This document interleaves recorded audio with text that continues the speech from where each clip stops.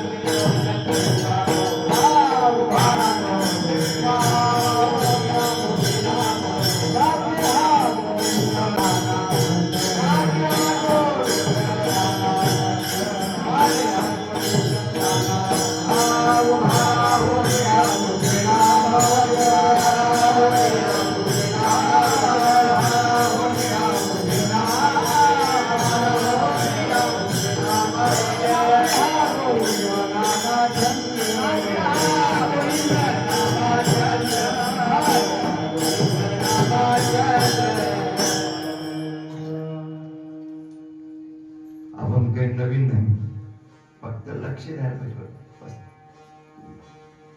चित्त शुद्ध तरी सगळंच होते. फक्त चित्त शुद्ध ठेवून आपण लक्ष दिले ना, शब्द लक्ष देऊन जाते. निजल्याने गाता उभा नारायण, निजल्याने गाता उभा नारायण, बैसल्या कीर्तन करीता डोले, उभा राहुनिया मुखी नाम वदे, नाचे हा गोविंद नाना छंदे. मार्गे चालता मुखी नाम वाणी, मार्गे चालता मुखी नाम वाणी, उभा चक्रपाणी मागे पुढे, उभा राहुनिया मुखी नाम वदे, नाचे हा गोविंद नाना छंदे. तुका म्हणे यासी कीर्तनाची गोडी, तुका म्हणे यासी कीर्तनाची गोडी, प्रेमे घाली उडी नामासाठी, उभा राहुनिया मुखी नाम वदे, नाचे हा गोविंद नाना छंदे. पांडुरंगा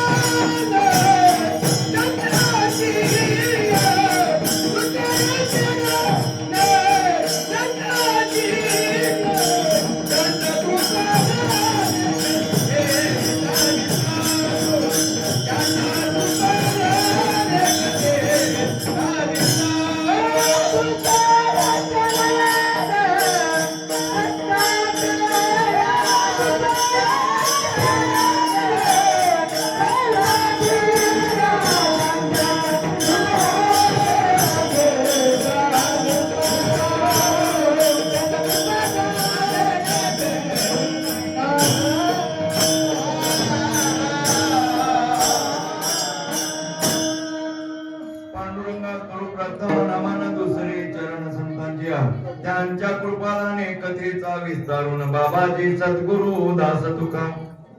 प्रस्तुत सेवेसाठी घेतलेला आपण जगतवंदनीय जगद्गुरु श्री संत देववाशी तुकोबार यांचा 4 चरणाचा तुमच्या आमच्या परिचयातला 4092 भंगापैकी नामपर प्रकरणातील अभंग. कारण आपल्या फडाचा नियमच आहे, पहिल्या दिवशी रूपपद, दुसऱ्या दिवशी संतपद, तिसऱ्या दिवशी नामपद, 14 दिवस उपदेशपद आणि 5वा दिवस वेदांतपद. 6वा दिवस भक्तिपद आणि 7वा दिवस मागणीपर मग काम. आपल्या फडाचा नियम आहे. त्या नियमाप्रमाणे आजची जी सेवा आहे 3ऱ्या दिवसाची माझ्याकडे आलेली आहे आणि ती नामपर प्रकरणातील अभंग आहे. तुकोबाराय या अभंगातून तुम्हाला नाम कसं आणि केव्हा कुठं घ्यावं आणि कसं घेतल्याच्या नंतर त्या ठिकाणी हे नाम घेतल्याच्या शुद्ध नाम घेतल्याच्या नंतर बरं का, नाहीतर नाम भरपूर घेतात. नाम घेण्यामध्ये फरक आहे. अंतःकरणातलं प्रेम आणि वरपांग प्रेम ह्याच्यामध्ये फार मोठा अंतर आहे महाराज. तुकोबाराय म्हणतात नाम घ्यायचं माणसाच्या जन्माला आल्याच्या नंतर, पण कसं घ्यायचं, कसं घ्यायचं नाम. एखादी माऊली किंवा एखादा ग्रस्त शेवर पडले म्हणजे त्या ठिकाणी मृत झालेले आहे आणि त्या ठिकाणी मुलगी रडण्यातला प्रेम आणि सून रडण्यातला प्रेम असतो ना. कुणाचं प्रेम अंतःकरणाचं असतं, जिव्हाळ्याचं, मुलीच. तसं मुलगी जसं त्या ठिकाणी आईच त्या ठिकाणी प्रेताजवळ करते ना, अंतःकरणातलं प्रेम असतं जिव्हाळ्याचं. तसं माणसाच्या जन्माला आल्याच्यानंतर तुकोबाराय म्हणतात नाम घ्यायचंच, पण जिव्हाळ्याचं प्रेम ठेवून घ्यायचं. प्रेम नसेल तर त्या ठिकाणी काहीच त्या ठिकाणी अर्थ नसतो कुठल्याही गोष्टीला. अंतरीची घेतो गोडी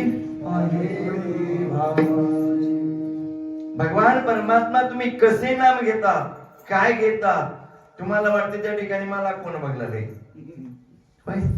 आपल्याला सहज म्हणजे आपलं कसं झालेलं आहे, इंद्रियगत ज्ञान तर नाही बुद्धिगत आहे, पण आपल्याकडे अज्ञान नावाचा पडदा त्या ठिकाणी पडल्यामुळं आणि आपल्याला त्या ठिकाणी उगच त्या ठिकाणी मायेच्या पोटी त्या ठिकाणी आपण त्या नामाला दूर जातो आणि उलट नाव ठेवायला लागले. महाराज आम्हाला नाम ठेवणाऱ्या, नाम घेणाऱ्या.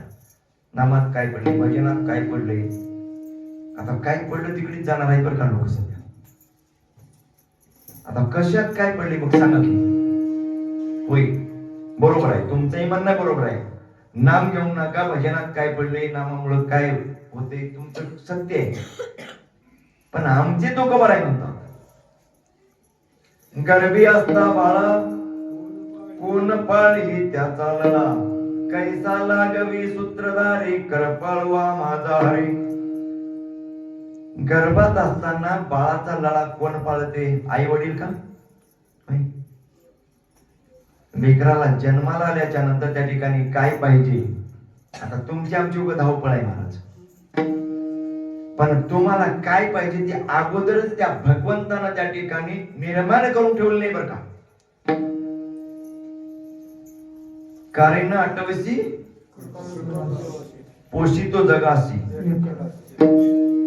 तुमचं आईच्या उदरामध्ये त्या ठिकाणी गर्भ आणि स्तनामध्ये तुम्हाला त्या ठिकाणी जन्माला यायचं, त्या म्हणल्याच्या काय पाहिजे त्याला चिंता आहे. आपल्या आई वडिलाला चिंता अजिबात नाही माणूस.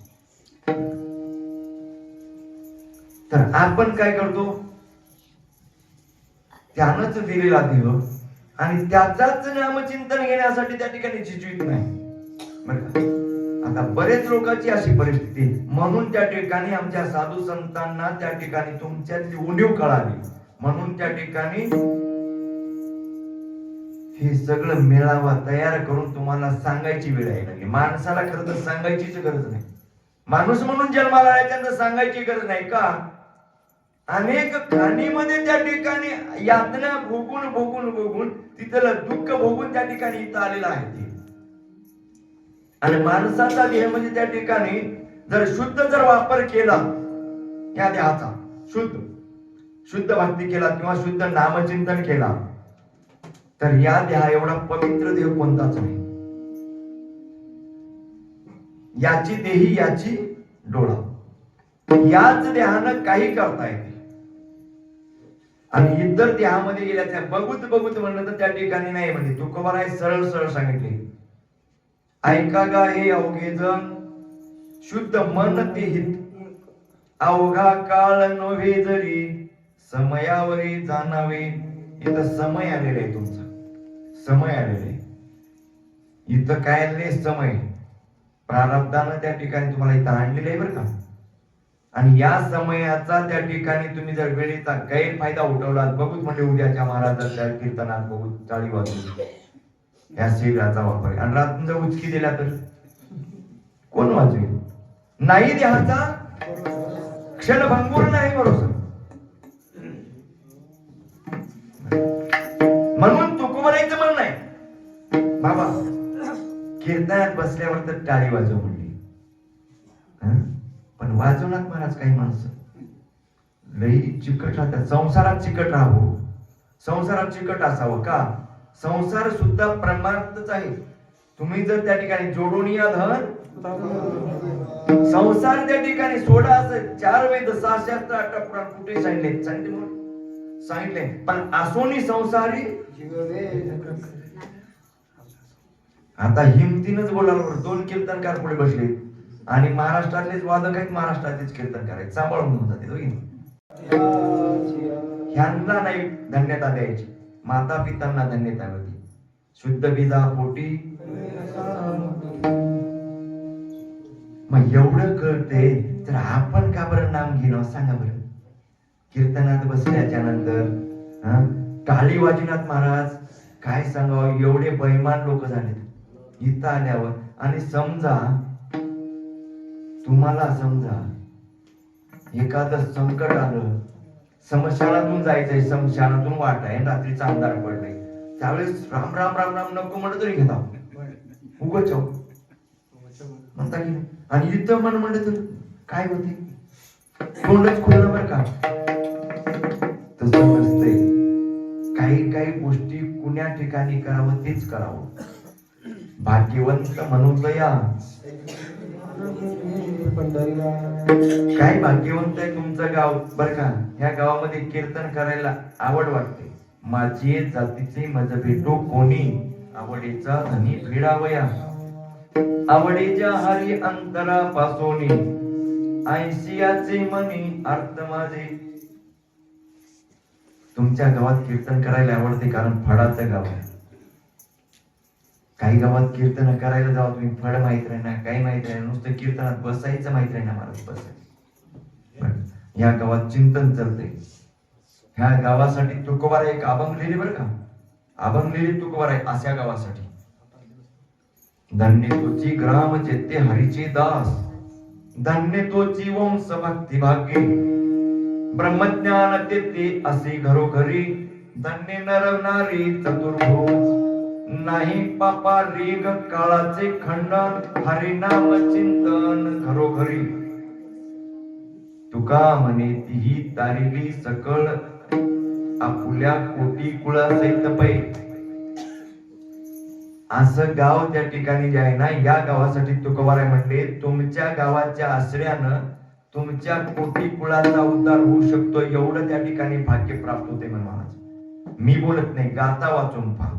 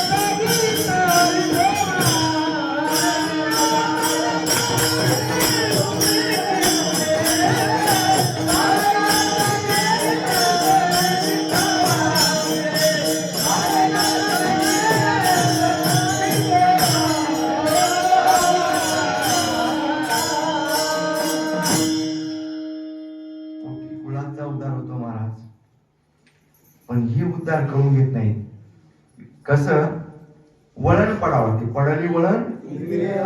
वळण पडण्यासाठी कुणाच्या तरी संगतीत यावं लागतं, तरच वळण पडते.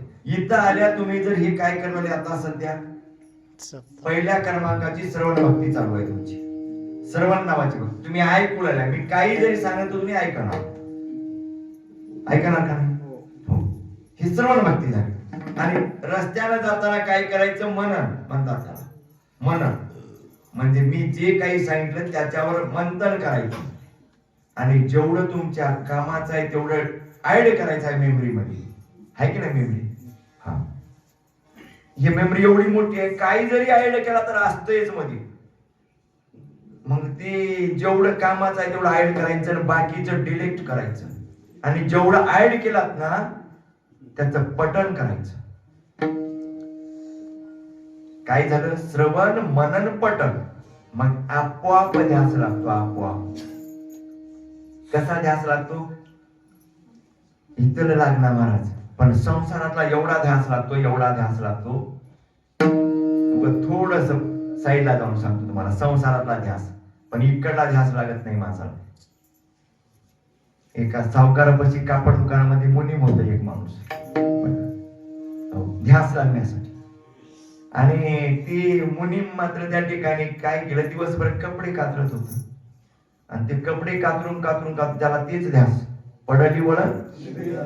आणि ते महाराजाच्या जवळ बसलं येऊन, आणि त्याला मात्र त्या ठिकाणी दिवसभर ते कातरल्यामुळं आणि त्याला झोपायची, जेवल्याच्या नंतर झोपायची सवय, पण मजबुरीने का म्हणे बसलं होतं. त्याला जेवल्यानंतर इकडे येताना थोडं कमी जेवावं लागते महाराज.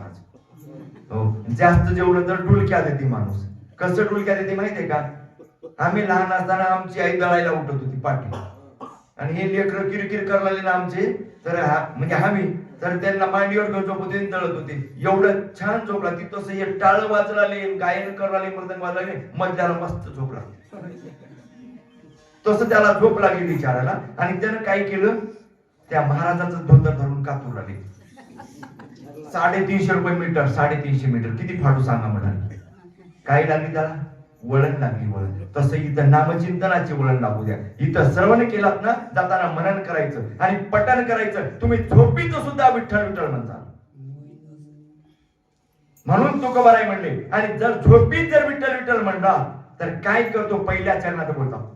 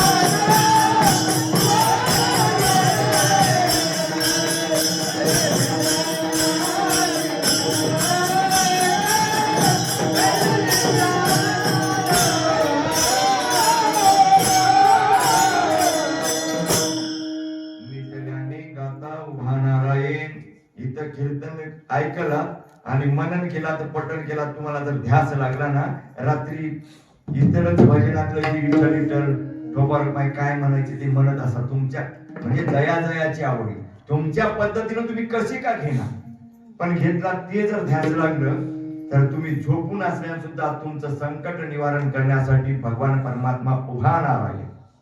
तुमच्या घरात दारात तुमच्या आजूबाजूला तो त्या ठिकाणी सुदर्शन त्या ठिकाणी घेऊन थांबतो महाराज. काही लोक म्हणतात महाराज त्या ठिकाणी खरंच खरंच आहे का, म्हणतात खरंच आहे का, खरंच आहे महाराज, खरंच आहे. तुकोबारायला एक साधकाने विचारलं, साधक बी काही कमी राहणार, आता हे बसलेले कमी राहणार, बाहेर गेल्यावर लय गंमत विचारतात होय की नाही. प्रकाराचे 3 तुका म्हणे केले चल. एक साधकाने विचारलं, महाराज तुमच्या बायकोचा काटा काढले देवानं, आमच्या बायकोच्या स्वप्नात येणार, तुमच्या संगच आम्ही राहत्या म्हणले, 24 तास तुमच्या सोबतच जाऊन तुमच्या बायकोचा काटा काढले आणि आमच्या बायकोच्या स्वप्नात सुद्धा येणं काश काय म्हणले. त्यावेळेस तुकोबाराय म्हणले, बस बस सांगतो म्हणले, सविस्तर सांगतो म्हणले, बरं का, आवड कशी निर्माण व्हावं लागतं तुला सांगतो म्हणे. तू माझ्यासोबत राहतोस, हरिपाठाला राहतोस, कीर्तनात राहतोस, माझ्या काकड्याला राहतोस, आणि सकाळी घरी गेलास कवापर्यंत राहतोस माझ्यासोबत म्हणले. तुम्ही आता महाराज खरंच सांगते, जे सांगते ती खरंच कवापर्यंत म्हणता सांगा बरं. आता इकडे माणसं मरतात का नाही, माणसं म्हणणार नाही. मला वाटले दादासाहेबाचं फड म्हणलो म्हणून त्या ठिकाणी आपुल्या कोटी कुळासहित मी म्हणले महाराज म्हणून इथं मरणार काय वाटत, मरतात. मौतला जातात तो सगळे, आणि मौतला गेला आणि त्या माणसाला त्या ठिकाणी निजवले, जाळ लावल्यावर सगळ्याच्या तोंडातून काय निघते सांगा बरं थोडं. काही खरं नाही तेवढंच ना. मग कवापर्यंत घरी जाऊन आंघोळ करेपर्यंत, आंघोळ केल्या संसार दुःख मूळ चौकडे विंगळ चालू होते. तसं इथं कीर्तनात बसलो की महाराज म्हणले सगळं चांगलं आहे सगळं, आणि तिथं चप्पल घातल्या मग नकारात्मक शक्ती तुमच्या शरीरावर प्रवेश करते. काय म्हणते माहितीये का, त्यांचा धंदा झाले रे, काम करणं वस्ती व्हायला गेले, उभे भजन कीर्तन करत हिंडला, खायला बी मिळाले की नाही. आणि पाया पडून सांगतो महाराज, मी माझ्या वारकरी लोकांना एकच सांगतो, कीर्तन करून भजन करून सगळं मुर्दन वाजून सगळे पैसे घ्या, पण वाम मार्गाला लावू नका, घेऊ नका. माझं म्हणणं नाही, घ्या, अवश्य घ्या. कारण का, हे लोक तर त्या ठिकाणी फक्त ऐकायलाच बसलेत नाही, मग आता त्यांनी देऊन ऐकायला बसलेत नाही. आपण द्यायचं, पण घेतलेला ह्यांचा पैसा मात्र आपण वाम मार्गाला लावू नका, एवढी माझी कळकळीची विनंती. कारण का, आपल्या संप्रदायाचा विश्वास उडलेला आहे, आम्ही वाम मार्गाला त्या ठिकाणी खर्च केल्यामुळे. मग तू कवर आहे म्हणले, तू येतोस बरोबर आहे, सगळेच करतोस बरोबर आहे माझ्यासोबत, माझ्या बायकोच्या काटा काढते तुझ्या स्वप्नात येणं सांगतो थांब म्हणले. मग त्या साधकाला सांगायला सुरुवात केली. काय सांगले असतील बरं, तुझा भावा आहे देव तरी हा सुलभ उपाव, संतांच्या मस्तक ठेंगणा करी संतांच्या चरणा. तुझा भावा आहे देव तरी हा सुलभ उपाव, वेचिते वचन जेने राहे समाधान. तुझा भावा आहे देव तरी हा सुलभ उपाव. पत्ते सांगितले त्याला, पत्ते काय काय पत्ते सांगितले.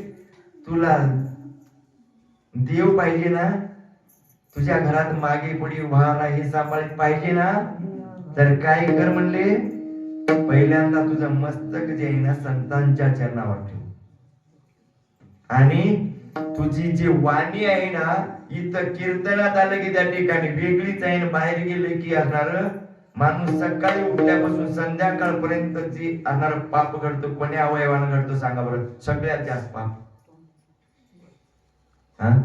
पंचकर्मेंद्रियातला एक अवयव कोणता आहे सांगा बरं? सगळ्यात जास्त पाप करते त्या अवयवानं. दाबून बोलायचं काय का होईना. मी काय पैसे घेणारा माणूस नाही, तुम्हाला मी दंड लावणारा बी नाही. डोळ्यानं जे पाहताना सकाळी उठ्यापासून संध्याकाळी येईपर्यंत महाराज एवढे पाप घडतात, एवढे पाप घडतात, न घडावं ते घडतात. मग त्या पापातून मुक्त होण्यासाठी तुकोबाराय सांगितले पंचकर्म्यातला डोळा अवयव, कान अवयव आणि तोंड हे सगळ्यात महत्वाचा अवयव. तोंडानं निघणारी वाणी तू शुद्ध वापरत जा. इथं त्या ठिकाणी भजन म्हणतोस आणि तिकडे गेले की लोकांच्या निंद्या गावतोस.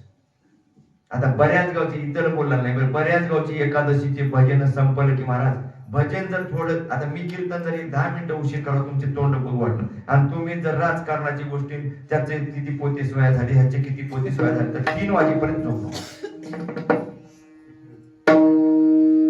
पत्ते सांगितले त्या साधकाला, अरे इड्या नुसतं जमना म्हणले 72,000 रोमातून त्या ठिकाणी तू विठ्ठल ध्वनी निघावला, छंद लागावला, छंद लागावला. मग त्यावेळेस त्यांनी म्हणले तुझ्या मुखानं जर त्या ठिकाणी जर वेची ते वाणी वचन जेणे राहे समाधान. अरे असं वचन वेच, तोंड कशासाठी दिलेले? कबीरदास एका ठिकाणी तोंडाचं वर्णन केलंय बघा. कबीरदासानं काय वर्णन केलंय माहितीये का? राम भजन कुदिया कमलमुख, राम भजन कुदिया लख 84 फेरे फिरकर सुंदर नरतनु पायन, राम भजन कुदिया कमलमुख, राम भजन कुदिया. खाया पिया सुख में सोया नाक जमाना पायन, राम भजन कुदिया कमलमुख, राम भजन कुदिया. कहित कबीरा सुनवै साधू आया वैसा ही गया, आणि राम भजन कुदिया कमल. राम भजनासाठी दिलेले कमलमुख हे तोंड त्या ठिकाणी सगळ्याच त्या पृथ्वीतलावर जेवढे जीव आहे प्रत्येकाला तोंड दिले का नाही?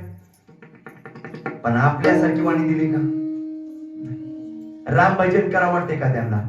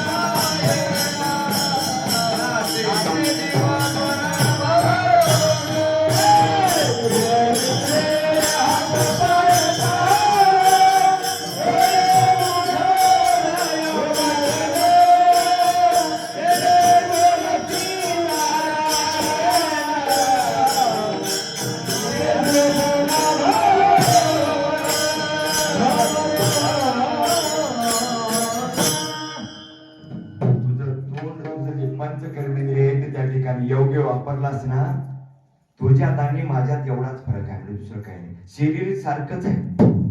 आता बाकीच्या लोकांचं शरीर, जनावर आहे किंवा इतर पूर्ण प्राणी आहे, त्यांचं शरीर बनवण्यासाठी मटेरियल काय वापरले तेच वापरले का? आणि आपलं शरीर बनवायलाही मटेरियल तेच वापरले. फक्त त्याच्यामध्ये फरक कोणता आहे सांगा बरं? मटेरियल तेच वापरले. त्यांचं हाडा मांसाचं आहे, त्यांना डोळे आहेत, नाक आहे, कान आहे, आहार भय मैथून निद्रा हे 4 अवस्था त्यांना येत आपणाला. आता त्याच्यातला फरक काय? मग त्यांना आहे आपणाला, पण त्यांना का भजन करू वाटत नाही सांगा बरं? कारण त्यांच्याकडे इंद्रियगत ज्ञान आहे आणि आपल्याकडे बुद्धिगत ज्ञान आहे. बुद्धिगत ज्ञान असल्यामुळे आपल्याला भजन काय, कीर्तन काय, दत्त जयंती काय, माऊलीचा गुलाल काय कळतंय. अमावस्या, पौर्णिमा, दिवस रात्र आपल्याला कळते आणि त्यांना कळत नाही का? इंद्रियगत ज्ञान आहे. भगवंतानं एवढा मोठा फरक ठेवलाय आपल्या त्यांच्या. बरं 100 वर्ष आयुष्यात माणसाला काय सांगा बरं, कशामुळे आहे 100 वर्ष आयुष्य? बाकीच्या जीवांना का नाही? होय, सांगत जावं. कारण मी म्हणजे तुमच्या पुढे कसं आहे, माझं पामर आहे, पायीची वाहन पायी बरी. मी पायाच्या एका वाहनासारखा आहे तुमच्यातल्या. पण त्या ठिकाणी कसं आहे, तुम्ही माझ्यापेक्षा फार मोठमोठ्या ज्ञानाचे त्या ठिकाणी अमृत उगाळून पिलेले आहात. ज्ञान नावाचं अमृत. पण सांगा, माणसाला त्या ठिकाणी 100 वर्ष आयुष्य काय आहे? एक कला आहे फक्त माणसाकडे, एक कला. त्याच्यामुळे 100 वर्ष आयुष्य आहे महाराज माणसा. ती कला दुसऱ्या प्राण्याकडे नाही. म्हणून निरोगी जर राहायचं असेल तर ती कला दररोज वापरा प्रत्येक माणसानं, आणि तुम्हाला 100 वर्षाचं आयुष्य येईलच. पण तुमचं शरीर निरोगी राहील हे मी नव्हे, तुकोबाराय छातीला लावून सांगितले. नाही त्या समान तुका म्हणे मी जमान. तुकोबाराय त्या ठिकाणी जमान देऊन सांगितले बरं का. माणसाकडे हसण्याची एक कला आहे, हसण्याची. बाकीच्या जीवांना हसता येत नाही. म्हणून आपल्या कुटुंबामध्ये दररोज दिवसातून एक वेळा तरी मनसोक्त हसावं माणसानं. जर शरीर स्वास्थ्य ठेवायचं असेल तर, काय म्हणतात, शरीर जर स्वास्थ्य ठेवायचं असेल तर. नाहीतर काही लोक गुबडावणी बसतात महाराज घरात, एकाला जमणार. आणि गुब्बड का म्हणते माहितीये का? तुका माहितीये का? गुब्बड त्या ठिकाणी दिवसा बाहेरच निघत, रात्रीला संचार करत. तसं गुबडासारखं राहायचं नाही घरामध्ये. तुम्ही कोणीही कारणावरून हसा. तुम्हाला जर 100 वर्ष आणि निरोगी जर शरीर जगायचं असेल तर महाराज त्या ठिकाणी एक वेळ तरी त्या ठिकाणी घरातली सगळ्या लोकांनी एकत्रित जेवण म्हणणार नाही मी बरं का. आपुली आहे, सगळ्याला हसू वाटणार गेलं तर आपला आपण स्वतः काहीतरी मनाला त्या ठिकाणी म्हणायचं, हसायचं. तुम्ही हे प्रयोग फक्त 1 महिना करून बघा. तुम्हाला आज जे रोग आहे ते चेकअप करायचं आज, आणि उद्यापासून हसायला सुरुवात करायचं.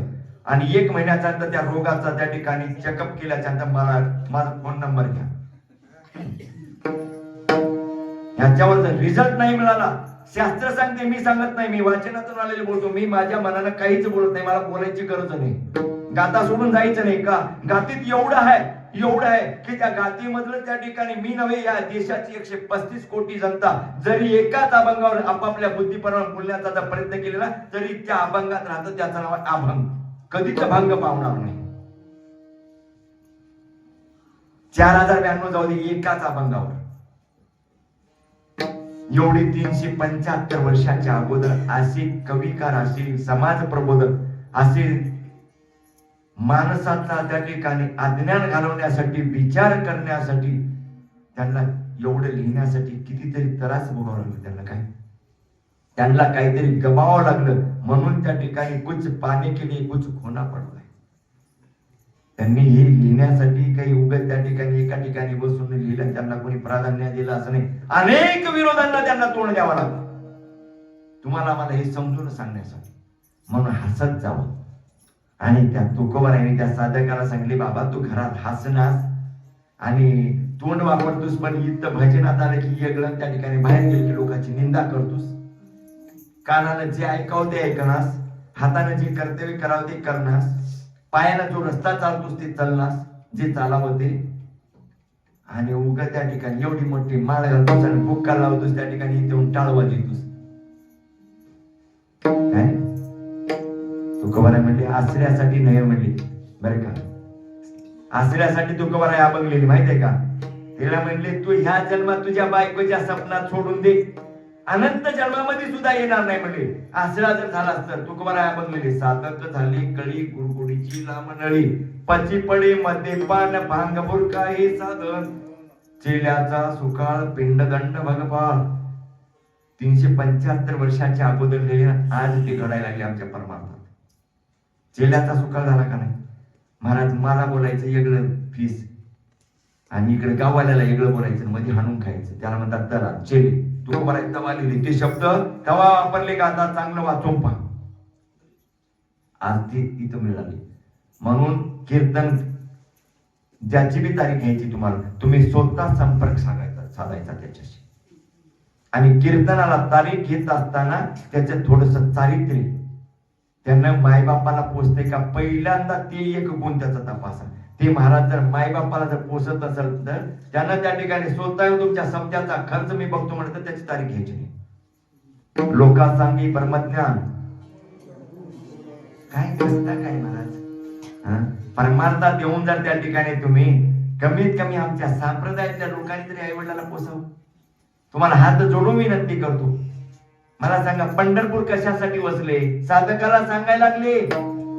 मी बोलत नाही, साधकाला सांगायला लागले अरे बाबा तुझ्या बायकोच्या स्वप्नात नाही तुझ्या घरी पाणी भरलं म्हणजे देवानं पाणी भरलं. पंढरपूर कशासाठी वसले सांगा बरं तिथं? पुंडलिकासाठी. पुंडलिकानं काय केलं?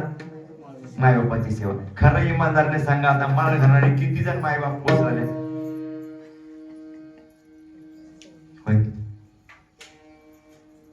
म्हणजे तुम्ही अनाठाई वापर करणाऱ्या ना, ह्या तुम्ही परमार्थ नावाचा बुरखा घालून अनाठाई जर वापर याचा करत असाल तर अनाठाई वापर केलेली वस्तू काय होती माहितीये का? लिकीज होते.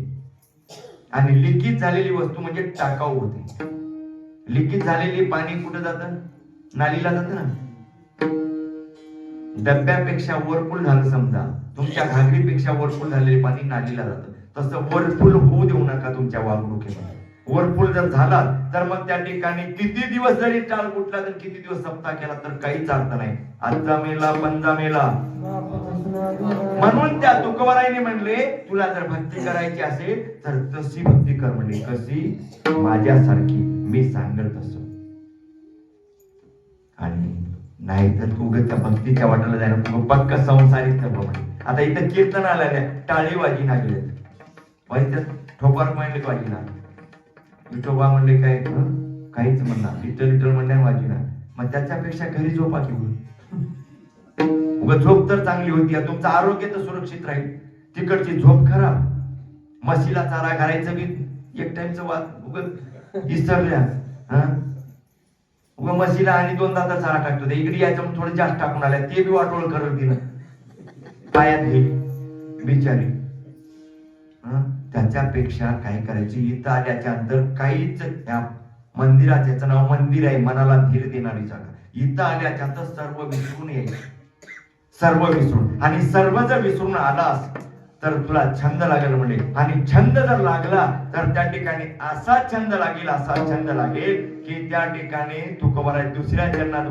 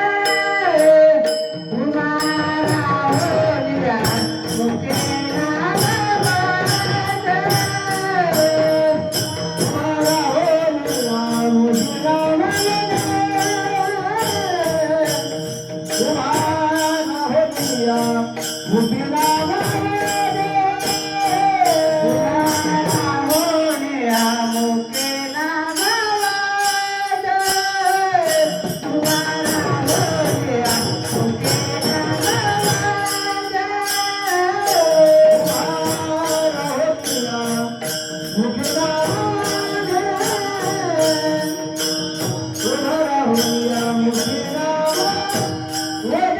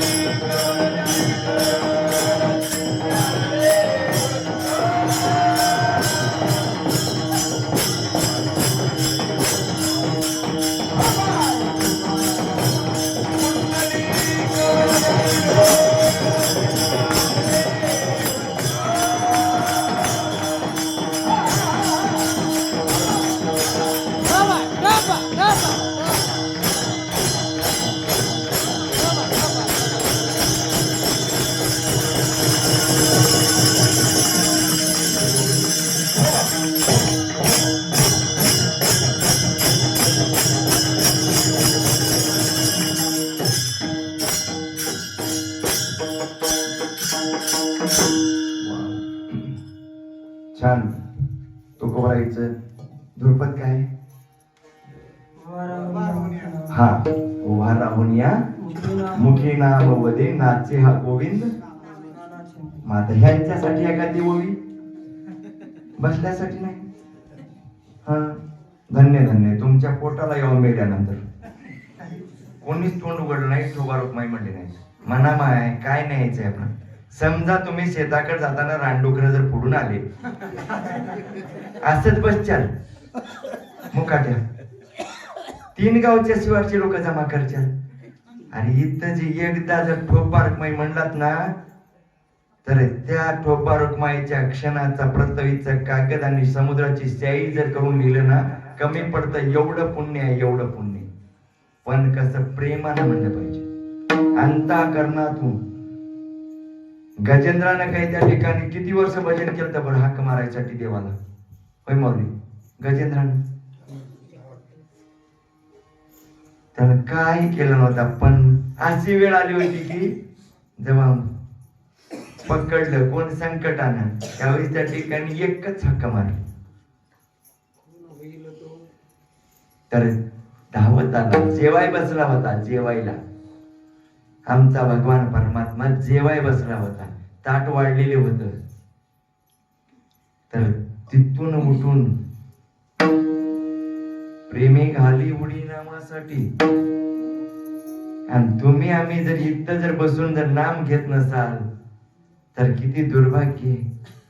तुकोबाराय म्हणले उभा राहून जर नाम घेतलं तर नाना छंदे नाना छंदामध्ये नाचतो म्हणून भगवान परमात्मा. आणि निजून त्या ठिकाणी जर हे जर वळण लागली तुम्हाला, निजून मी जर विठ्ठल विठ्ठल तुमच्या जर तोंडाला आलं तर तुमच्या जवळ उभा टाकतो म्हणून. आणि आता तिसऱ्या चरणात बोलतात, काय बोलतात?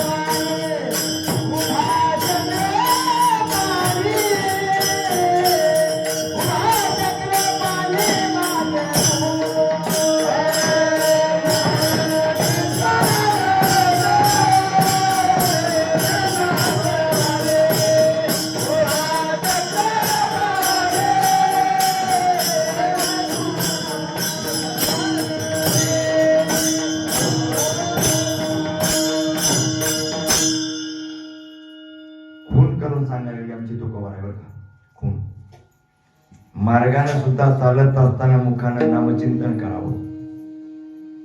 गुरु कोणाला म्हणावं? गुरु म्हणजे काय? गुरु या शब्दाचा अर्थ काय होते सांगा बरं. गुरु या शब्दाचा अर्थ, गु म्हणजे एक एक शब्दाचा त्या ठिकाणी अर्थ जो सांगतो तो आपला गुरु. गु या शब्दाचा अर्थ त्या ठिकाणी असणारा अंधकार, आणि रु म्हणजे घालवणे. अंधकार घालवणारा म्हणजे गुरु. गुरु या शब्दाचा अर्थ तो होतो. मग आपल्यासाठी त्या ठिकाणी तुकोबराय काय ठरले? गुरु. आपल्यासाठी काय ठरले? गुरु. मार्गाने चालताना त्या ठिकाणी त्यांनी म्हणले, मार्गाने चालताना सुद्धा राम म्हणता वाटे चाले, यत्ने पाऊला पाऊले, धन्य धन्य ते शरीर, तीर्थावर्ताचे माहेर. तुम्ही जर राम राम राम मुखानं नामचिंतन एक एक पाऊल जर टाकलात ना, तुमचं शरीर धन्य होतं. म्हणजे शरीर कसं एवढं धन्य होतं, एवढं धन्य होतं की तुमच्या शरीराला कोणी एखादं सकाळी उठल्याच्या नंतर बघल्यानंतर त्याला अनेक तीर्थाचे स्नान केल्याचं पुण्य लाभतं. म्हणजे एवढं धन्य शरीर बनतं. मग हे कुणाजवळ आहे? तुमच्या आमच्या. तुझं आहे, तुझं पासी परी तू जागा. सगळं पाठ राहते पण वागायलाच आहे ना आपलं. कसं आहे हे अभंग? कोणता आहे बरं त्यामधलं सांगा बरं. एकच अभंग लिहिले तुकोबाराय. तुझं आहे, तुझं पासी. कोणता अभंग आहे? मूळ सांगा बरं. साच माझा देवारा भाक ठेवा भाव खरा, तिरगुणाचा फुलारा नाना विनंती माझी, माझे दैवत हे रंगी, नाचे वैष्णवाच्या संगी, भरले मग अंगी निवाड करी दोहीचा. तुझं आहे तुझं पासी परी तू जागा चुकलासी, चिवडून यानासी तुझ्या घरीच्याने केली. आंधळ्याशी डोळे देतो पांगुळासी पाय, वांजा पुत्र होय नवस पुरविते विटाई. डाकाचा अभंग आहे महाराज. एकच अभंग आहे. कशामध्ये? गातेमध्ये. डाकाचं फक्त एक अभंग आहे. त्या अभंगाचं थोडं चिंतन करा. किती सुंदर अभंग आहे. एवढं सुंदर शरीर आहे आपलं. मार्गाने चालताना त्या ठिकाणी आता गव्हर्नमेंटनं त्या ठिकाणी गाडी वापरू नका म्हणले का? तुम्हाला गाडी वापरू नका म्हणणार गेले, पण गाडी सोबत काय दिले? काय दिले? हेल्मेट. का दिला असेल? सगळं शरीर एकीकडचं आहे तर ही एक मशनरी एकीकडे आहे. मग ते आपल्यासाठी गव्हर्नमेंट गुरु आहे की नाही? त्यानं सांगितले बाबा गाडी वापरू नका, तुमच्यासाठी कमी वेळामध्ये जास्त काम करता येईल याच्यासाठी गाडी निघालेली आहे, तुमच्यासाठीच काढले, तुम्ही वापरा. पण गाडी वापरत असताना सुरक्षेसाठी काय दिलेले? हेल्मेट. पण ऐकू लागेल का? 90% लोकांच्या गाडीवरच्या लोकांना हेल्मेट नसते. तुम्ही अज्ञान म्हणजे ज्ञानाचं पालन करणाऱ्या का? नाही. मग ऍक्सिडेंट झाल्याच्या नंतर त्याचं डोकं गेल्याच्या नंतर त्याचं पूर्ण शरीर जरी सुरक्षित राहिलं काही कामाचं. परवा आमच्या पाहुण्यातला एक मुलगा आहे, आम्हाला हसायचं महाराष्ट्रानं सारखं. हे एक हेल्मेट आहे म्हणले. हेल्मेट नाम म्हणजे हेल्मेट आहे. तुम्हाला हेल्मेट घातलं तर सुरक्षित जसं घरी पोहोचता येतं, बाकीचे अवयव जुळवता येते, पण हे अवयव एकदा जर गेलं ना जुळवताच येत नाही. इथून वरचा जास्त ऑपरेशन सक्सेसच होत नाहीत महाराज. जवळपास 90%. आता 10% एखादं सक्सेस होईल, पण खालचे अवयव एकाला एक काढून जुळवता येते. तसं तुकोबाराय म्हणजे नामचिंतन म्हणजे तुमचं हेल्मेट आहे. तुमच्या जीवनामध्ये जर त्या ठिकाणी आईला तीरावरून पहिले तीराला जाणाऱ्या गाडीमध्ये तुम्ही बसलेला आहात. आता तुमची गाडी चालू आहे, उत्पत्ती झाली. आज कुठं आहात तुम्ही? कुठं आहात? स्थितीमध्ये आहात. आजची स्थिती म्हणजे चिंतनाची आहे तुमची. आणि ही स्थिती कुठेवर जाणार आहे? जिथं तुमची त्या ठिकाणी प्रवास संपेल तिथपर्यंत जाणार आहे. जाणार आहे का नाही? आता तुम्ही कधी जन्मालात? Date of the birth. हा. आणि मृत्यू डेट नाही. मरणार आहे ती निश्चित आहे, माहित आहे, पण मृत्यूचा डेट माहिती नाही. जन्म डेट माहिती आहे. मृत्यू गावाला जायचंय आपल्याला. मग जायचं आहे गोष्ट खरी आहे, पण जायचं तर आहे हेच माहिती आहे. एकदा शेल्यानं प्रश्न केला कुणाला? धर्मराजाला. धर्मराजा त्या ठिकाणी बसली होती आणि शेल्यानं त्या ठिकाणी धर्मराजाला सहज विचारलं, राजे तुम्ही खूप जीवन जगलात आणि खूप भगवंताच्या सानिध्यात राहिला, नवे नवे सामाजिक अनुभव आहे तुम्हाला, मग गरिबीपासून ते श्रीमंतीपर्यंतचा अनुभव आहे. तर तुम्हाला आश्चर्य कोण्या गोष्टीचं वाटते म्हणून प्रश्न विचारले बरं का धर्माला शेल्यानं. धर्मानं त्या ठिकाणी उत्तर देताना काय दिले असतील बरं, काय दिले असतील सांगा बरं. माणूस नावाचा त्या ठिकाणी एवढा पवित्र देह आहे, परंतु त्या देहाला बुद्धिगत ज्ञान असून सुद्धा असताना सुद्धा आणि संपत्ती वडील आणले आध्यात्मिक दृष्ट्या असतील हरकत नाही.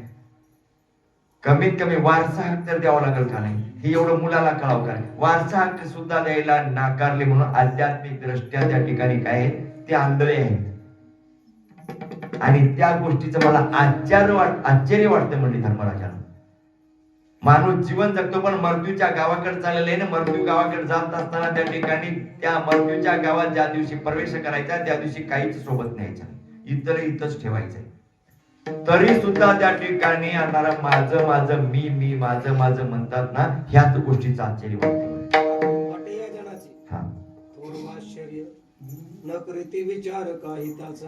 त्यावेळेस त्या ठिकाणी काहीच विचार करत नाही, त्याच गोष्टीचं मला आश्चर्य वाटते म्हणजे धर्मराजा. त्यावेळेस शेल्याने म्हटलं मला आजपर्यंत लोकांना विचारलं पण कोणी प्रश्नाचं उत्तर दिलं. धन्यवाद राजे, तुमच्याकडून मिळालं. मुखी अमृताची वाणी, अमृताची वाणी सारखं उत्तर येणं त्या ठिकाणी तुम्ही अपेक्षित प्रश्न विचारला तर प्रश्नाचा अपेक्षित उत्तर जर मिळत असेल एखाद्याकडून तर त्या ठिकाणी काय होतं तुमचं समाधान होतं, समाधान. आणि समाधानामध्ये सर्व सुख आहे. आणि ते समाधान मिळतं संतांच्या संगतीत. आणि संतांच्या संगतीत आल्याच्या नंतर म्हणून तुकोबाला त्या ठिकाणी एका ठिकाणी म्हणले, काय म्हणले, मला कुठेही जन्म दे, मला जन्म देऊन घेईन मी जन्म, मला जन्म घ्यायचा म्हणले. आपण जन्माला कटाळल्या नाही. कवा कटाळते आपण जन्माला, खरं सांगा बरं. आपला जन्म एवढे लेकरू असताना कटाळणार जन्माला, कटाळणार. तारुण्यामध्ये बी कटाळणार, मस्ती राहते अंगात. तारुण्याचं बी छान त्या ठिकाणी आपण लिहिली तुकोबा एक गाथा वाचून पहा. मी काय आता जास्त वर्णन करणार नाही कारण वेळ कमी. आणि म्हातारपणचं बी वर्णन केले तुकोबाने, ते बी अभंग त्या ठिकाणी वाचून बघा. बालपणचं बी केले, तिन्ही अवस्थेचेही वर्णन केले त्या अभंगात. पण तिन्ही अवस्थेमध्ये जीवन जगत असताना सगळ्यात त्या ठिकाणी म्हातारपणची अवस्था सगळ्यात. म्हणून त्या ठिकाणी आता म्हातारे माणसं खरं सांगा काय म्हणतात घरी गेले की, नाही महाराज आम्हाला सगळं समाधान, काहीच राहीना. जे समाधान म्हणतात ते त्यांना काहीच नाही. कारण सध्याच्या काळामध्ये आई वडिलांवर जेवढा अन्याय आहे तेवढा कुणावर नाही. आई वडिलाला पोसतच नाही. आणि मंत्र्याचा जरी मुलगा असलं तर त्या पोराला दुसऱ्याचा बाप बरं वाटते पण आपला बाप बरं वाटते. आणि ही अज्ञान त्या ठिकाणी ठरलेले, ही अज्ञान जाण्यासाठी ह्या संतांच्या संगतीत यावं लागतं. या संतांच्या संगतीत आलं ना त्या ठिकाणी हे अज्ञान नावाचा धूर जातो. आणि अज्ञान नावाचा धूर गेल्यानंतर मग डोळ्याला दिसायला लागतं. आणि दिसायला लागलं की मग त्या ठिकाणी मी मृत्यू गावाकडे जाणार आहे हे कळतो. आणि मृत्यू गावाकडे जाणार आहे, कधी जाणार आहे हे निश्चित नाही. म्हणून असलेला काळ चिंतनात घालवावं. चिंतन हेच त्या ठिकाणी माझ्या शरीराचं सर्व साधन आहे, सुरक्षा कवच आहे. आणि माझ्या या जन्माचं जर सार्थक करायचं असेल तर चिंतन गरजेचं आहे. आणि तेव्हा कळतं. आणि कळाल्याच्या नंतर मग काय होतं माहितीये का, मग तेव्हा वळण लागते शरीराला वळण लागलं की मग त्या ठिकाणी पावला पावलाला राम राम म्हणायची सवय लागते. आणि राम राम पावला पावलाला ज्यावेळेस म्हणलं तर त्याचं शरीर धन्य होतं. म्हणून मार्गाने चालताना सुद्धा मुखी नाम वदायचं हे त्या ठिकाणी तुकोबाराय बोलले बरं का. आणि शेवटी काय म्हणले सांग,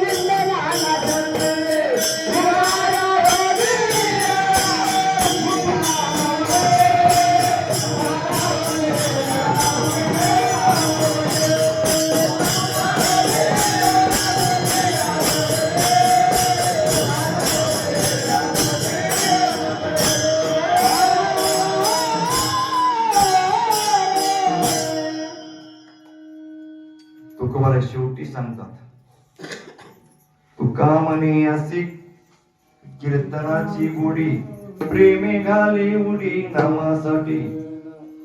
प्रेमानं उडी घालतो महाराज, प्रेमान देव. पण कवा आता आम्हाला कसं झाले, आमच्या गावात पोरं घालत होतं, त्या पोरामध्ये नाचून सवय पडली. आता इथं टाळ काय तेवढा होय की नाही, पण टाळाचा नाद आरोग्यासाठी चांगला आहे. पंचधातूचं बनलेलं असतं, कास, तांब, पित्तळ आणि काय चांदी आणि लोखंड, ह्या पंचधातूपासून बनलेलं असते. आणि पंचधातूचं कानामध्ये त्या ठिकाणी श्रवण जर पडलं ना, आरोग्याला बरंच काही त्या ठिकाणी काय होते, सुरक्षितता होते बघा. पण आपण काय करतो, त्याला वेगळ्या दृष्टीतून बघतो. लावणी मृदंग, आता मृदंग लावलं, टाळ आता विना विना विना म्हणजे ते काय श्रुती आहे बरं का. आता ती श्रुती कशी जन्मली, तिचं उत्पन्न कुठून झालं सांगा बरं. विना आता चांगल्यालाच कीर्तन सोडतो, नाही तर 4 तारखेलाच लागलं. पण थांब ना, मला आता हे 6वा दिवस आहे, इथून पुढचे 6 म्हणजे 12 दिवस कंटिन्यू झोपणं, काही घाबरू नका, सोडतो. पण एवढंच सांगा की इना हे श्रुती कुठून उत्पन्न झाली. तिचं नाव श्रुती. श्रुती म्हणजे मुलगी, होय की नाही, मुलगी. टाळ मृदंग श्रुती, बरं का, होय, माहिती आहे की तुका म्हणे अशी कीर्तनाची गोडी प्रेमे घाली उडी नामासाठी सांगायसाठी सांगतो मी. 10 मिनिटात कीर्तन संपतो. कवा कवा नियतीचं चक्र लई भारी वाईट असते बरं का, नियतीचं चक्र. आणि देवानं जे होते ते चांगल्यासाठी होते म्हणतात. तसं तुम्ही आम्ही भजन काहीच करणार. नारद किती भजन करतो ते, जाऊ दे, नारदाच जाऊ दे, आपल्या कलियुगात तुकोबारायचं भजन कसं होतं माहिती आहे का, किती वेळ वाया जात होता त्यांचा. सिंक जांभळी खोकला इतुका वेळ वाया गेला. आता तुमचं इथं किती वेळ वाया गेला असेल. आमच्या तुकोबारायचं बघा ना, आपलं बघा. तसं नारदाचा वेळच वाया जात नव्हता, पण नियतीचं चक्र फार वेगळं असतं. एकदा नारद त्या ठिकाणी नारायण नारायण म्हणून असं विना घेऊन त्या ठिकाणी थांबले सागराच्या कडेला. आता 10 मिनिटात संपितो म्हणलो बरं का, बोले तैसा चाले. आणि एखादी 10 मिनिटाच्या वर गेलं तर म्हणजे पाया पड नका जवान काय, असंच नाही. नारद थांबले आणि सागराच्या कडला त्या ठिकाणी पाण्याच्या कडला थांबले. आणि थांबल्याच्या नंतर त्या ठिकाणी नारायण नारायण म्हणता म्हणता, तुम्हाला काय म्हणलो, सकाळी उठल्यापासून संध्याकाळी झोपेपर्यंत कोणता अवयवानं पाप करते, डोळा. त्या डोळ्यानं काय बघलं पाण्यामध्ये, उघड सहज नजर गेली नारदाची, डोळ्यानं पाप केलं. काय पाप केलं, त्या सागरामध्ये त्या ठिकाणी मोठा मासा पुढे होता, त्याच्या मागे छोटा मासा, त्याच्या मागे पिल्ला आवडला. नारदाचं उगच्या उगच मन वळलं महाराज. नारद म्हणले, बघितले, अरे एवढं छोट जीव आहे, ह्याला त्या ठिकाणी ती पत्नी आहे, लेकर आहे, तर काय मजा आहे म्हणजे संसारामध्ये, आणि माझं एकच जीव आहे म्हणजे स्वर्ग मर्ती पाताळ फिरतो. त्यावेळेस त्या ठिकाणी नारदाला विचारायला म्हणजे, लग्न केल्याशिवाय काही खरं नाही म्हणजे, लग्न केलं की पिल्ला आवड होती आणि त्याच्यात आनंद मिळतो. उगच्या उग महाराज इनस काळम.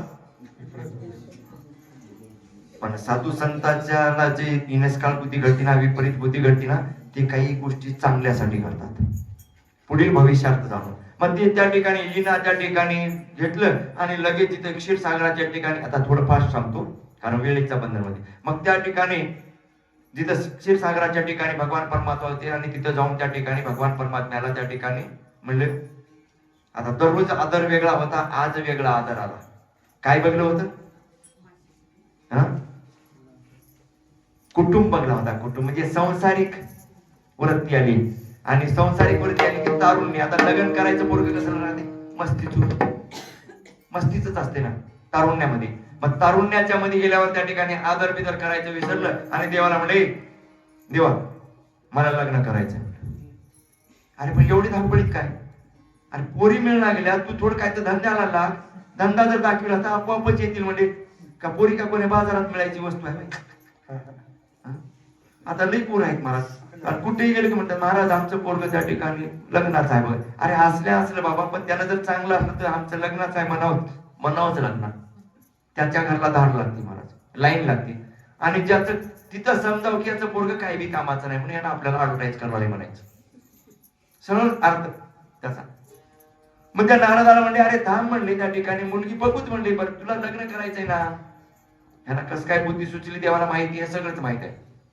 कवन तो जन्मता कवन जन्महिता न कळे कृपा म्हणता माव तुझी, त्याला सगळंच माहिती आहे.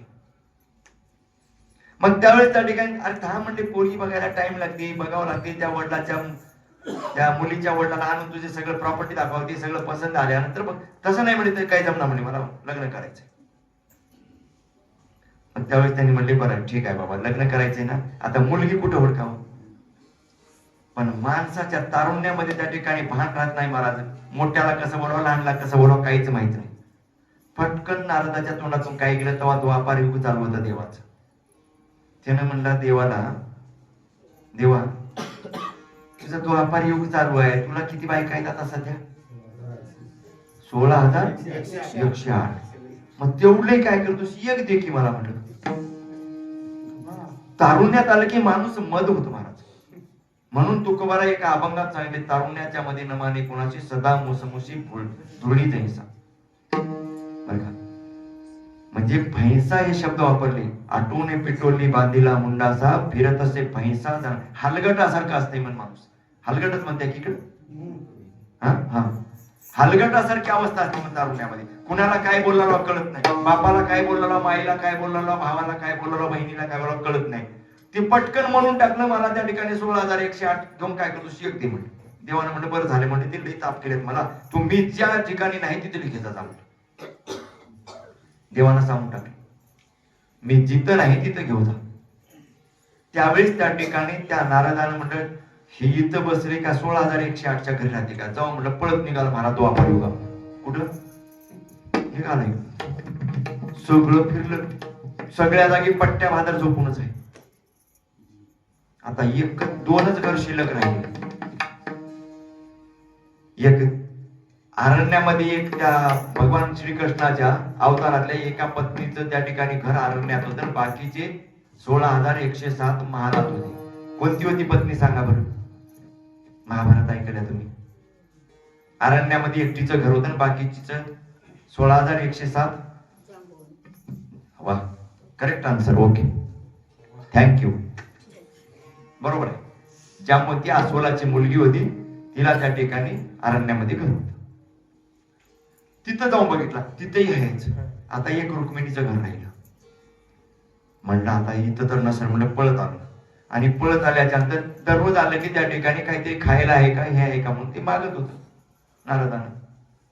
रुक्मिणी माता पूजा करत होते आणि ते आलं की धावत पळत त्या ठिकाणी पहिलं घरात गेलं, हुडकू लागलं. त्यांना वाटलं ह्यांना भूक लागली असेल, काहीतरी बघलं. अरे थांब, थोडं थांब. ती नाही म्हणली, मला पहिल्यांदा सांग म्हणले त्या ठिकाणी तुझा मालक कुठं आहे? त्यानं म्हणली त्या ठिकाणी त्या कळसदारला इकडं तिकडं 7-8 दिवसापासून सब त्याला फिरले, कुठं आहे काय पताच नाही. होय की नाही? ते कुठे राहतात काय नाही मला काय, मग सांगून जातात ते काय म्हणले. माझं काम त्या ठिकाणी ते त्रिभुवनाचे नायक आहेत, त्यांना कोण कवा बोलवलं काय त्यांचं कार्य मला माहिती नाही. आता आहेत की नाहीत म्हणले? नाही म्हणले. मग पटकन आलं जवळ. मला भूक बीक काही लागल नाही म्हणले. त्या ठिकाणी मला लग्न करायचंय. अरे पण लग्न करायचंय तर मग काय? काही नाही म्हणले. त्या ठिकाणी तुम्ही माझ्याशी विवाह कराल का? तारुण्याच्या मध्ये त्याने म्हणले, देवानं जेव्हा ह्याला पाठवलंय म्हणजे एक गोळी 2 ठार, ह्याच्या मागे काहीतरी अर्थ दडलेला आहे म्हणले. काही हरकत नाही, माझी पूजा होते, थांब म्हणले. त्यांनी सध्या पूजा होते, थांब म्हणले. पूजा करणारे ते थांबलं आणि पूजा संपली महाराज. आणि पूजा संपल्याच्या नंतर काय झालं, मग त्यांनी काय म्हणले, हे बघ म्हणले, आता माझी पूजा संपली, मी दररोज आरती कोणाची करतो? एक देवी आहे म्हणले आमच्या या नगराच्या बाहेर, म्हणजे आमच्या शिवच्या पलीकडे. आणि त्या शिवच्या पलीकडे देवीचं मंदिर आहे, त्या देवीच्या मंदिराची मी पूजा करतो. आणि तिथं जाऊन एकदा पूजा झाली की मग त्या मंदिरात ते शिव त्या ठिकाणी ह्या कृष्णाचं नाही, तिथं जमल म्हणले आपल्याला लग्न करायचं. चल गेले महाराज दोघं एका मागे एक. पण त्या देवीच्या मंदिराला त्या ठिकाणी एक कुंड होत आणि त्या कुंडाला काय शाप होता माहितीये का? पुरुष जर स्नान केलं स्त्री होत होत आणि स्त्री जर स्नान केलं तर पुरुष होत होत. आणि रुक्मिणी मातेने म्हणले, हे बघ म्हणले नारदा, आता हे स्थळ चांगलं आहे, ही एकतर कृष्णाची नगर नाही, शिवच्या पलीकडे आल्या आणि आता इथं आपण लग्न करू. पण लग्न करण्याच्या अगोदर थोडं आंघोळ करावं लागते म्हणजे. तारुण्याच्या मध्ये उतावीळपणा. हिने म्हणला त्या ठिकाणी मग काय हरकत आहे? काही नाही म्हणजे पहिल्यांदा पुरुष आंघोळ करावं. कोण म्हणलं? रुक्मिणी माता. मग त्या ठिकाणी त्यांनी म्हणले मग आता ही ना तुम्ही धरा म्हणले. हा ही ना धरले आणि ती गेलं कुठं? कुंडात आंघोळ करायला. आणि काय झालं महाराज? आंघोळ केलं बाहेर यायसाठी बघलं तर काय सगळे अवयव पालटून गेले. काय झालं, नारदाचा नारदी झाला आणि ते नगर कुणाचं होतं, मगांध नावाच्या कोळी नावाच्या राजाचं. आणि ते मात्र त्या ठिकाणी ते राजा त्या ठिकाणी पूजा करायला दररोज येत होता त्या मंदिराला. आणि रुक्मिणी मातेने त्या ठिकाणी आपलं काम संपलं म्हणजे त्यांना आंघोळ करायला उतरला आणि त्या ठिकाणी लगे आपला पण ते विना त्या झाडाला बांधले निघून गेले. आपलं काम संपलं, देवानं इथपर्यंत पाठविलं तर आपलं कर्तव्याशी जागले आणि निघून गेले. आपण काय करणार, कर्तव्य करणार. इथं आपण त्या ठिकाणी कीर्तन करायचं, निघून जायचं, आपलं काम संपलं. तसं त्या ठिकाणी त्यांचं काम संपलं, विना त्या झाडाला बांधले निघून गेले. मग त्या ठिकाणी नारद बाहेर आला, काय झालं, स्त्रीची अवस्था. आणि त्या राजानं त्या ठिकाणी पूजा करण्यासाठी मंदिराला आले होते. त्यांनी बघितली, सुंदर स्त्री दिसली, पटकन जाऊन त्या ठिकाणी त्या स्त्रीला त्या ठिकाणी हात लावले. हात लावल्याबरोबर त्या ठिकाणी मग त्या नारदी अवस्थेतल्या नारदाला त्या ठिकाणी आता ही स्त्री अवस्था झाली ना, मग त्या ठिकाणी त्या राजाने घेऊन गेला ना, आपली पत्नी म्हणून स्वीकार केला. आणि किती लेकर झाली, 60 मुलं झाली. 60. ते माशाचे पिल्ले किती होती की पण त्याला मोजला नव्हता, पण याला 60 मुलं झाली. आणि 60 मुलं झाल्यावर तेव्हा नारदाला आणि इच्छा निर्माण झाली, एवढी पोरं झाल्या, एवढी मुलं झाल्या, पण मेल्यावर एवढी मुलं काही रडल्या आणि शोभा येणार, मुलगी राहिल्या बरं होतं म्हणजे. बघा अशा माणसाची, होय की नाही, तेव्हा ऑपरेशन नव्हतं म्हणून बरं आहे, होय की नाही. आता एक झालं की गोळ्या खावलेल्यात महाराज, ऑपरेशन बी करू लावला लागणार की नाही, आपोआपच बंद. मग त्यावेळीच मात्र त्या ठिकाणची अवस्था, मग 60 झाल्यावर देवानं अजून इच्छा पूर्ती केली. त्या ठिकाणी ती मुलगी एक जन्मली, त्या मुलीचं नाव सुरुती ठेवली. सुरुती म्हणजे, मग त्या ठिकाणी ती 60 मुलं जी आहे, 60 संवत्सर वर्ष महाराज, 60 संवत्सर वर्षे आहेत का नाही, 60 संवत्सर. आता कोणतं संवत्सर वर्ष चालू आहे बघा की कॅलेंडर, बरं का. आता संवत्सर वर्ष चालू आहे, हे 60 संवत्सर वर्ष म्हणजे 60 मुलं आणि एक सुरुती नावाची मुलगी. मग तेवढं झाल्यावर त्या ठिकाणी त्या नारदी अवस्थेतल्या नारदाला वाटलं, अरे मी इथं कसं काय आलो म्हणावं, आता काही नाही आलं तर आलं, आता पूजा करावं म्हणले. आणि पूजा करण्यासाठी मंदिराला गेले. आणि मंदिराला त्या ठिकाणी गेल्याच्यानंतर ते विणा झाडावर बांधले, त्यांच्या डोळ्याला दिसले. आणि विणा दिसल्यावर म्हणले ही ओळखीची वस्तू दिसली म्हणले. मग त्या ठिकाणी स्मरण केल्याच्या नंतर ओळखलं की अरे बापरे, मी नारद होतो, न जाणे त्या नियतीच्या चक्रामध्ये सापडलो आणि मला इथवर यावं लागलं. आणि मुलं त्या ठिकाणी झाली, मुलगी झाली आणि मला संसारात पडावा लागला. इच्छा नावाची शक्ती मला आवडता आली नाही. मग आता मला मात्र त्या ठिकाणी काय करावं, त्यांना स्मरण शक्ती जागृत झाली. माणसाची स्मरण शक्ती जागृत राहावं. स्मरण शक्ती केव्हा जागृत होते, आता तुमची स्मरण शक्ती मावळच ना महाराज, योगा करा तुम्ही, पाठी उठून. पाठी जर योगा केलात ना, तुम्ही 10 वर्षाकालची गोष्ट आज पटकन सांगू शकता. स्मरण शक्ती मावळून गेली आपली. पहिल्याच्या लोकांना योगा करावं लागत नव्हतं. जनावर राहत होते, पाठी उठून पहिलं सोडून चारवायला नेत होते, आपोआपच योगा होत होता. मग ते चारून बांधलं की थोडं चारा कापत होते, डोक्यावर राहत होते, शारीरिक योगा होत होता. म्हणून 100 वर्षाखालची गोष्ट त्यांना पटकन ध्यानात राहत होती. आणि अभंग म्हणल्याच्या नंतर ते लिहलेले नव्हते, फक्त ऐक्यू लोक ते पण अचूक शब्द करत होते. आणि आपण 50 वेळा कीर्तनामध्ये अभंग म्हणल्या जाते. आता सांगा बरं, सगळ्या एवढ्या लोकातून मी जे अभंग आज कीर्तनासाठी घेतलो, तर त्या ठिकाणी फटकन उभा टाकून खडरलं म्हणून दाखवा बरं एकदा, न चुकता. स्मरण शक्ती मावळायला लागली आपली. योगा कम पडला आहे, योगा कम पडला. म्हणून त्या ठिकाणी स्मरण शक्ती वाढवायची गरज. आणि स्मरण शक्ती नारदाची जागृत झाली. आणि स्मरण शक्ती जागृत झाल्याबरोबर नारदानं म्हणले, अरे हे विनायक म्हणजे माझा नारदी अवस्थेतला आहे. आणि नारद पण मला जर व्हायचं असलं, ह्या कुंडात आंघोळ करावं लागते. स्मरण शक्ती जागृत झाली. पटकन त्या ठिकाणी ते पूजेचं पात्र ठेवलं, कुंडात उतरले, आंघोळ केली. ती स्त्री असलेली काय झाली, पुरुष झाले, नारद झाले. पुन्हा इना घेतले आणि कुठे गेले, देवाकडे गेले, नमस्कार केले. तुका म्हणे अशी कीर्तनाची गोडी, प्रेमी खाली उडी नामासाठी. ज्ञानेश्वर म्हणे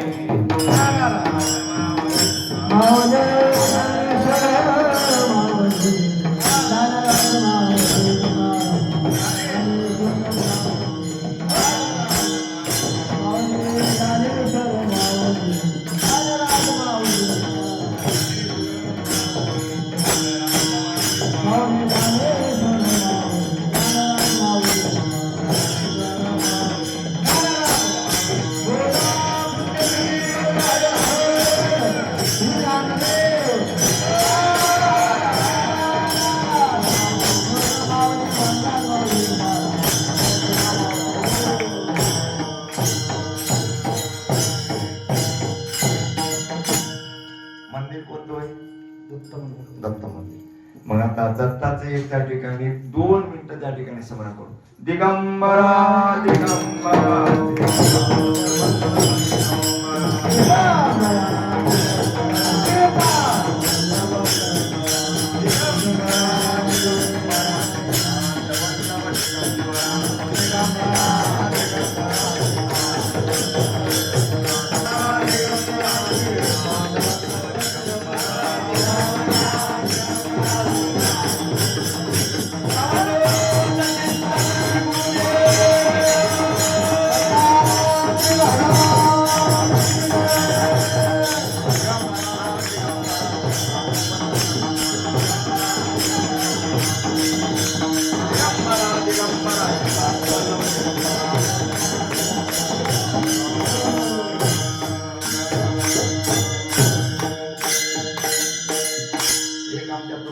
भजन आहे. सगळ्यांनी हात वर करा.